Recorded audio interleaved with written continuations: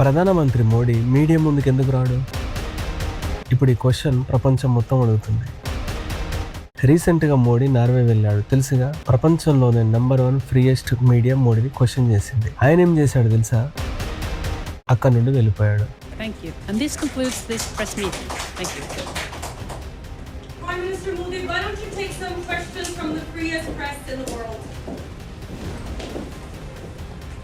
ఆయన ఇండియాలోనే press conference చేయడు, ఇంకా ఫారెన్ లో ఏం చేస్తాడు? ఆయన సరిగ్గా ప్రెస్ కాన్ఫరెన్స్ చేస్తే ఇండియా ప్రెస్ ఫ్రీడమ్ లో బాటంలో ఎందుకుంటుంది?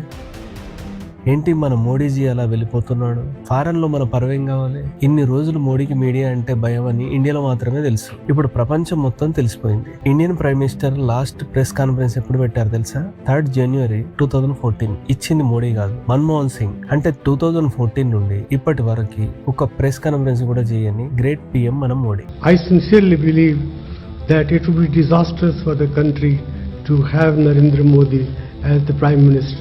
మీడియా అంటే ఎందుకు మోడీకి అంత భయం? భజన బ్యాచ్ మీరైనా చెప్పండి. ప్రెస్ కాన్ఫరెన్స్ ఇవ్వకపోతే చేతగాని పిఎం అనుకుంటారని. Criticism is the beauty of democracy, we must respect it. అంటే ప్రజాస్వామ్యంలో ప్రభుత్వం చేసిన తప్పులను పాయింట్అవుట్ చేయడం అనేది కంపల్సరీ ఉండాలి. మనందరం క్రిటిసిజం ని గౌరవించాలి. క్రిటిసిజం లేకపోతే ప్రజాస్వామ్యం లేనట్టే. ఈ మాటలు నేను చెప్పట్లేదు, స్వయాన మన ప్రధానమంత్రి మోడీనే చెప్పాడు. Criticism is a beauty of the democracy. We must respect it. If there is no criticism, democracy cannot work. So I always appreciate criticism. మన దేశంలో డెమోక్రసీ 4th పిల్లర్ మీడియా అని అంటారు. అలాంటి మీడియా నిజంగా తన పని తాను కరెక్ట్ గా చేస్తుందా? కరెక్ట్ గా కాదు, అసలు పని చేస్తుందా? क्या आपके साथ भी ऐसा हुआ है? आप अपना पूरा बर्गर खत्म कर लेते हैं, लेकिन असली मजा तब आता है जब आप अपने दोस्त की प्लेट से चुपके से एक फ्रेंच फ्राई उठा लेते हैं. World press freedom index 2026 ranking వచ్చాయని మీకు తెలుసుగా. మొత్తం 180 దేశాల్లో ఇండియాకి 157వ ర్యాంక్ వచ్చింది. 2025 లో 151 ర్యాంక్ లో ఉన్న ఇండియా ఇప్పుడు 157 కి దిగజారింది. ఇంకో షాకింగ్ విషయం ఏంటంటే ఈ ర్యాంకింగ్స్ లో పాకిస్తాన్ 153+ లో ఉంది. అంటే మనకన్నా పైనే ఉంది. లైఫ్ లో పాకిస్తాన్ కంటే ఇండియా ఎప్పుడు వెనకబడి ఉండదు అని అనుకున్న నాలాంటి చాలా మంది కళ్ళల్లో కారం కొట్టినట్టు అయింది. అంతేకాదు మన చుట్టూన్న దేశాలన్నీ మనకంటే బెటర్ పొజిషన్ లోనే ఉన్నాయి. బీజేపీ భక్త మండలి కూడా ఈ విషయంలో హట్ అయి ఉంటారు. మీరేం ఫీల్ అవ్వకండి, ఎందుకంటే చైనా మనకంటే వెనుకబడి ఉంది. 178వ ర్యాంక్ లో చైనా ఉంది. ఫ్యూచర్ లో మనం చైనాను కూడా బీట్ చేస్తే మాత్రం ప్రజాస్వామ్యం ఒక కాలు లేనుకుంటుదైపోతుంది. ఈ రిపోర్ట్ తో పాటు మన గ్రేట్ ప్రధానమంత్రి గురించి కూడా ఒక ఇంట్రెస్టింగ్ విషయం రాశారు. అంటే ఈ విషయం మనకు ఆల్రెడీ తెలుసు, బట్ ప్రపంచానికి మాత్రం ఇది ఇంట్రెస్టింగ్ గానే అనిపిస్తుంది. ప్రైమ్ మినిస్టర్ ఒక ప్రెస్ కాన్ఫరెన్స్ కూడా చేయరు. ఇంటర్వ్యూ ఇచ్చినా కూడా ఓన్లీ ఆయనకు ఫేవర్ చేసే వాళ్ళకి, ఆయన మాటలు మాట్లాడే యూట్యూబర్స్ కి, జర్నలిస్టులకు మాత్రమే ఇస్తారా? బీజేపీని క్వశ్చన్ చేసే జర్నలిస్టులను, యూట్యూబర్స్ ను బీజేపీ సపోర్టర్స్ హెరాస్ చేస్తారు, ట్రోల్స్ చేస్తారు. రేపో ఎల్లుండో బీజేపీ లీడర్స్ వచ్చి ఇదంతా ట్రాష్, నమ్మకండి, ఇండియాను తక్కువ చేసి చూపించడానికి ఇదంతా చేస్తున్నారు, ఈ రిపోర్ట్ రాంగ్ అని చెప్పిన మనం ఆశ్చర్యపోనవసరం లేదు. కానీ కొంచెం బుర్రబెట్టి ఆలోచిస్తే మనకు కూడా అర్థమవుతుంది. 2023లో ministry of electronics and technology 6000 online కంటెంట్లు బ్లాక్ చేయించింది. 2024కి ఆ నంబర్ ఆల్మోస్ట్ డబుల్ అయింది, 12600 అయింది. ఇంకా 2025కి ఆ నంబర్ కూడా డబుల్ అయింది, 24300 అయింది. तंत्र में अगर विरोध नहीं होता है, आलोचना नहीं होती है, तो फिर वो लोकतंत्र कैसे हो सकता है? మోడీ చెప్పడానికి డైలాగ్స్ బాగానే చెప్తున్నాడు, కానీ ఆయనకు నిజంగా క్రిటిసిజం ని ఫేస్ చేయడం వచ్చా అసలు? ఎందుకంటే క్రిటిసిజం ఫేస్ చేయలేని ప్రభుత్వాలు మాత్రమే ప్రశ్నించే వాళ్ళ నోళ్లు మూయిస్తాయి. మెల్లమెల్లగా అదే డిక్టేటర్షిప్ అవుతుంది. మన దేశంలో పచ్చిబూతులు మాట్లాడుతూ మత విద్వేషాలు రెచ్చగొట్టే వాళ్ళ అకౌంట్స్ బాగానే ఉంటాయి. అతి నీచమైన చండాలమైన కంటెంట్ చేసే వాళ్ళ అకౌంట్స్ కూడా బాగానే ఉంటాయి. కానీ గవర్నమెంట్ ను క్వశ్చన్ చేస్తే మాత్రం అకౌంట్స్ బ్లాక్ అయిపోతాయి. 60% ఎక్స్ లో అంటే ట్విట్టర్ వీడియోస్ లో, 25% ఫేస్బుక్ లో, ఇన్స్టాగ్రామ్ లో వీడియోస్, 5% యూట్యూబ్ లో వీడియోస్ ఆల్రెడీ బ్లాక్ అయిపోయాయి. ఫ్యూచర్ లో ఎలాగే నంబర్స్ పెరుగుతాయి. గవర్నమెంట్ ను క్వశ్చన్ చేయడం తప్పంటారా? నేను క్వశ్చనింగ్ గురించి మాత్రమే మాట్లాడుతున్నా.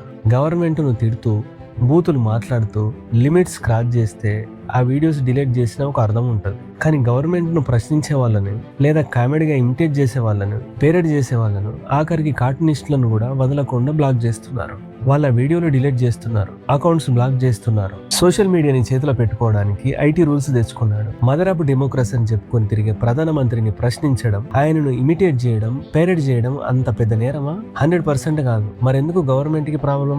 వీడియోలు డిలీట్ చేయించి, అకౌంట్స్ బ్లాక్ చేయించేంత అవసరం ఏముంది చెప్పండి? అంటే వాళ్ళు ఏదో తప్పు చేస్తున్నట్టే కదా. మాట్లాడుకుందాం, ఈ వీడియోలో అన్ని మాట్లాడుకుందాం. రీసెంట్ టైంలో ప్రభుత్వం మీడియాని ఎలా కంట్రోల్ చేస్తుంది, నేషనల్ మీడియా అని చెప్పుకొని తిరిగే గోధి మీడియా రియాలిటీ ఏంటి, అసలు ఇండియాలో ఒకప్పుడు జర్నలిజం ఎలా ఉండేది, ఇప్పుడు ఎలా అయిపోయింది? నిజం మాట్లాడుతున్న జర్నలిస్టులతో ఏం జరుగుతుంది? యూఏపీఏకి మీడియాకి ఏంటి సంబంధం? మోడీ దారిలో నడుస్తున్న సీఎంలు ఎవరు? ప్రభుత్వాన్ని ప్రశ్నించకుండా ప్రజలే ఎలా అడ్డుకుంటున్నారు? మాట్లాడుకుందాం, ఈ వీడియోలో అన్ని మాట్లాడుకుందాం. గత కొన్ని రోజులుగా సోషల్ మీడియాలో చాలా అకౌంట్స్ బ్యాన్ అయ్యాయి, వీడియోలు డిలీట్ అయ్యాయి. ఆ రాత్రికి రాత్రే అకౌంట్స్ ని లేపేస్తున్నారు. రీజన్ ఒక్కటే, మోడీని క్రిటిసైజ్ చేయడం. देखिए, मैं मानता हूं ये लोकतंत्र की ब्यूटी है। लोकतंत्र में अगर विरोध नहीं होता है, आलोचना नहीं होती है, तो फिर वो लोकतंत्र कैसे हो सकता है? గవర్నమెంట్ ను ప్రశ్నిస్తే ఎఫ్ఐఆర్ ఫైల్ చేస్తున్నారు. मैं मानता हूं कि क्रिटिसिज्म होना चाहिए और ज्यादा होना चाहिए और बहुत तीखा क्रिटिसिज्म होना चाहिए। రీసెంట్ గా మింట్ అనే ఒక న్యూస్ పేపర్ మోడీ విదేశీ పర్యటనకైన ఖర్చు 815 కోట్లని ఒక ఆర్టికల్ రాసింది. దాన్ని కపిల్ అనే ఒక వ్యక్తి ఎక్స్ లో పోస్ట్ చేసి టోటల్లీ యూజ్లెస్ అని రెండు వర్డ్స్ రాశాడు. అంతే, ఆ ట్వీట్ ని ఇండియాలో బ్యాన్ చేశారు. मेरा एक कन्विक्शन है और मेरे लिए ये आर्टिकल ऑफ फेथ है। मैं सिद्धांततः मानता हूं कि समृद्ध लोकतंत्र के लिए आलोचना एक शुद्धि यज्ञ है। చిన్న పిల్లలు మాట్లాడితే కూడా తట్టుకోలేక గవర్నమెంట్ వాళ్ళ వీడియోలు డిలీట్ చేయిస్తుందంటే గవర్నమెంట్ ని ఏమనాలి చెప్పండి మీరే? ఎంత చిరాకు వేస్తే ఎక్స్ లాంటి ప్లాట్ఫామ్ నరేంద్ర మోడీ మీద కోర్టుకు వెళ్తుంది చెప్పండి. ఎక్స్ ఏమని ఆరోపించింది చెప్తే మీరు నిజంగా షాక్ అవుతారు. మోడీ సర్కార్ ఐటీ యాక్ట్ ని మిస్యూజ్ చేస్తుంది, అలా మా చేత కంటెంట్ డిలీట్ చేయిస్తుందని ఎక్సే స్వయం కోర్టుకు వెళ్ళిందంటే మీరే అర్థం చేసుకోండి. पहली बात है, लोकतंत्र में आलोचना अनिवार्य है, वरना लोकतंत्र बर्बाद हो जाएगा जी। लोकतंत्र में आलोचना होनी चाहिए, तीखी आलोचना होनी चाहिए। పోనీ వీడియోలు పోస్టులు ఎందుకు డిలీట్ చేస్తున్నారు అనేది కనీసం వాళ్ళకైనా చెప్తారంటే అది లేదు. గవర్నమెంట్ చెప్పిందంటే అది ఏ సోషల్ మీడియా అయినా, ఎక్స్ అయినా, ఇన్స్టాగ్రామ్ అయినా, ఫేస్బుక్ అయినా 2-3 గంటల్లోపే ఆ వీడియోను డిలీట్ చేయాలి. और इसलिए अगर कोई आलोचना करता है, इसको मैं मेरा सौभाग्य मानता हूं, मैं उसे बुरा नहीं मानता।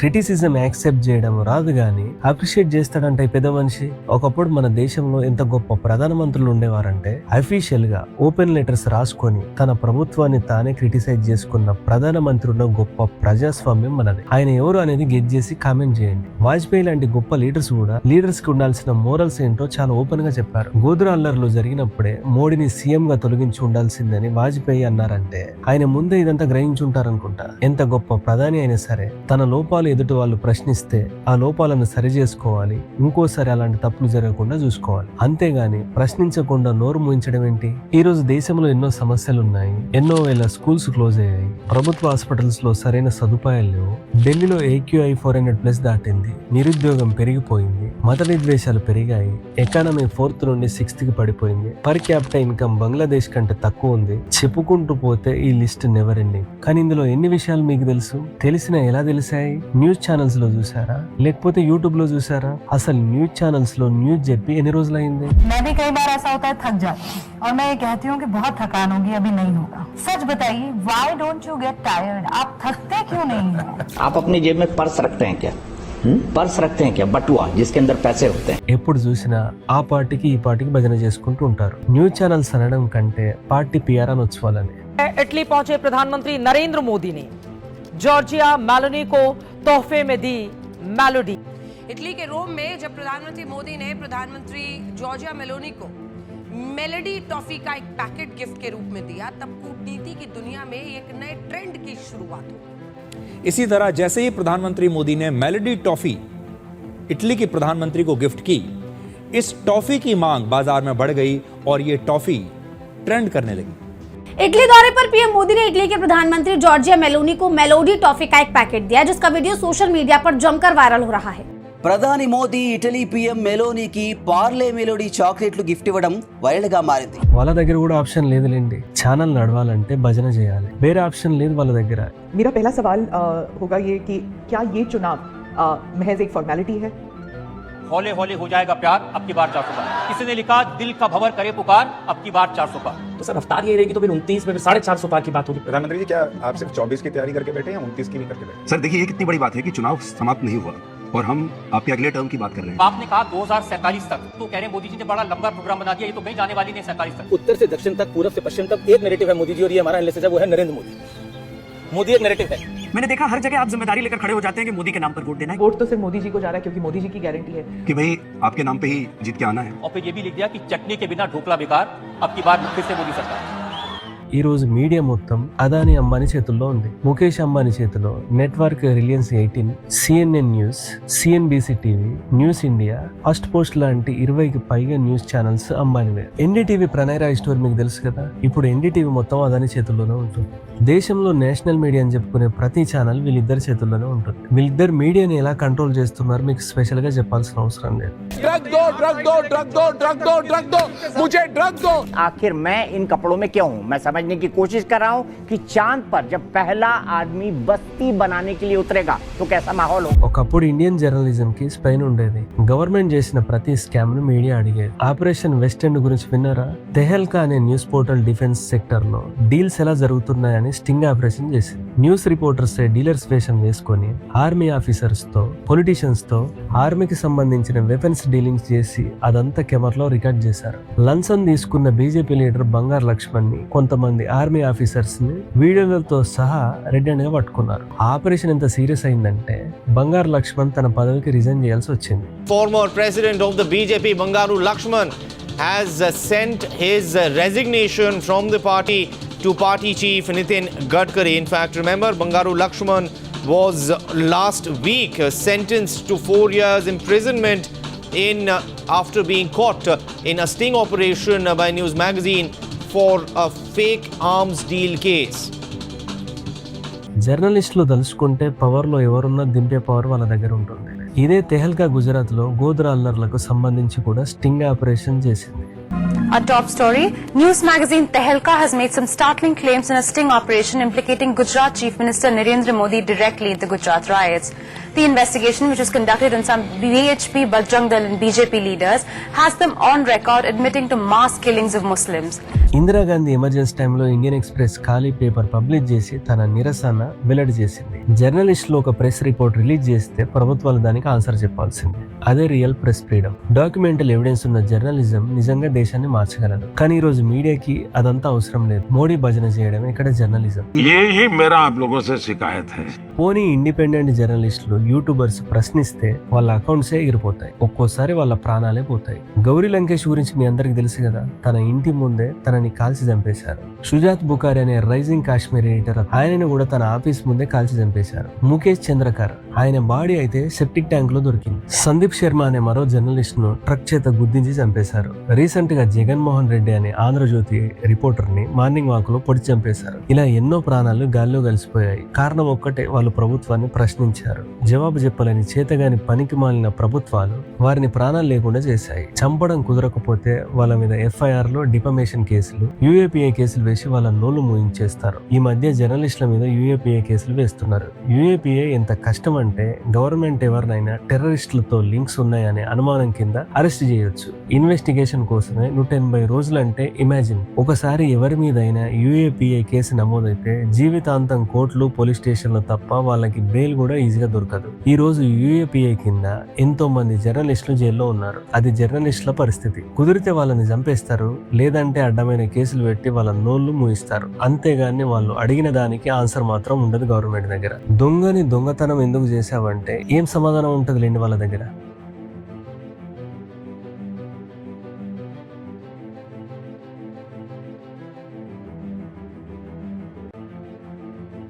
సెంట్రల్ లెవెల్లో ఇలా ఉంది, స్టేట్స్ లో ఇంకొంచెం బెటర్ అనుకోకండి. మోడీ దారిలోనే మన సీఎంలు కూడా. రేవంత్ రెడ్డి అయినా, CBN అయినా ఇద్దరు మీడియాని కంట్రోల్ చేసేవాళ్ళు. కూర్చోవడం కూడా ధిక్కారంగా, మనమేదో లోకు అయినట్టు వాడేదో మన మీద పెత్తనాన్ని చెలాయించడానికి వచ్చినట్టు మన కళ్ళకు చూస్తుంటాడు. ఇంకా నువ్వు నమస్కారం పెడతలేవు, నన్ను చూసి తల ఉంచుకుంటలేవేందని. నాకైతే అప్పుడప్పుడు అనిపిస్తుంది దిగిపోయి పల్ల చెంపలు అలగొట్టాలని. కానీ పరిస్థితులు, హోదా అడ్డం వస్తుంటాయి. చూసారుగా, ఆయనకు చెంప పగులు కొట్టాలనిపిస్తుందంట. వాళ్ళు అడిగిన దానికి ఆన్సర్ ఇస్తే సరిపోతుంది కదా. అది చేత కాదు గాని డైలాగులు మళ్ళీ. రేవంత్ రెడ్డి అయినా, CBN అయినా చేసేది ఒక్కటే, సరిగ్గా పాలన చేయకపోవడం, దాన్ని ప్రశ్నించిన మీడియాను నోరు మూయించడం. ఇంకా వీళ్ళని మాత్రమే పోవడానికి న్యూస్ ఛానల్స్. సాక్షి ఏమో జగన్ కు, ఈనాడు ఆంధ్రజ్యోతి CBN కు, నమస్తే తెలంగాణ KCR కు, ఇంకో 1 year లో రేవంత్ రెడ్డి కూడా ఏదో ఒకటి కొనిస్తాడు చూడండి. వాళ్ళ గవర్నమెంట్ చేసే తప్పులు ఈ న్యూస్ ఛానల్స్ లో కనిపించవు. ఎప్పుడు చూడు వేరే పార్టీ మీద పడి ఎడవడం తప్ప. నేషనల్ ఇష్యూస్ గానీ స్టేట్ ప్రాబ్లమ్స్ గానీ ఏమైనా క్వశ్చన్ చేస్తారంటే అది లేదు. అందుకే న్యూస్ ఛానల్స్ అనడం కంటే పార్టీ పిఆర్ అని వచ్చి వీటిని. ఇంకా ఇండిపెండెంట్ జర్నలిజం చేసే వాళ్ళలో అయితే కొంతమంది కేవలం మత విద్వేషాలు రెచ్చగొట్టడానికి మాత్రమే ఛానల్స్ నడుపుతున్నారు. అసలు జర్నలిజం అంటే ఏంటో మీనింగ్ కూడా తెలియదు వాళ్ళకి. జర్నలిజం లో కులం మతం పార్టీ తీసుకువచ్చి జర్నలిజం ని నాశనం చేశారు. ప్రభుత్వాల వల్ల జనాలు ఇబ్బంది పడుతున్నారు. అటు సెంట్రల్ లో ఉన్న బీజేపీ అయినా, స్టేట్స్ లో ఉన్న కాంగ్రెస్ అయినా, టీడీపీ అయినా, ఇంతకు ముందున్న బీఆర్ఎస్ అయినా, వైఎస్ఆర్సీపీ అయినా అందరూ ఒకటే. మన ప్రాబ్లమ్స్, మన నిరుద్యోగం, మన రైతుల కష్టాలు ఇవన్నీ వాళ్ళకి అవసరం లేదు. పోనీ ప్రజల తరపున మాట్లాడాల్సిన మీడియా అయినా పనిచేస్తుందా అంటే అది లేదు. ఆ పని ఎవరైనా చేస్తే మాత్రం నువ్వు anti BJP, anti Hindu, anti national అని వాడికి లేబుల్ వేస్తారు. అయినా పార్టీలతో ప్రాబ్లం ఉంది. పార్టీని క్వశ్చన్ చేస్తున్నారు. మధ్యలో మీకేంటి నొప్పి? తప్పుని తప్పు అని చెప్పడం మీకు చేత కావట్లేదు. పార్టీని ప్రశ్నించడం మీకు చేత కావట్లేదు. నిరుద్యోగం పెరిగినా, రైతులు చనిపోయినా, దేశం ఎటు పోయినా, రాష్ట్రం ఎటు పోయినా మీకు ఎలాగో అవసరం లేదు. కనీసం అడిగే వాళ్ళనన్నా అడగనివ్వండి. వాళ్ళకి సపోర్ట్ చేయకపోయినా పర్లేదు కానీ వాళ్ళ పనికి మాత్రం అడ్డం రాకండి. నువ్వు సపోర్ట్ చేసినంత మాత్రాన నీకు స్పెషల్ జాబ్స్ ఏమి ఇవ్వరు. నీకోసం గ్యాస్ పెట్రోల్ ధరలు తగ్గించరు. పర్సనల్ గా నీకు ఒక్క ఫేవర్ కూడా చేయని పార్టీని ఎవరో ప్రశ్నిస్తే నీకెందుకు నొప్పి వస్తుంది? మీడియా చేయాల్సింది మేము చేస్తున్నాం. ఎందుకంటే ప్రజాస్వామ్యంలో ప్రశ్నించడమే మన హక్కు.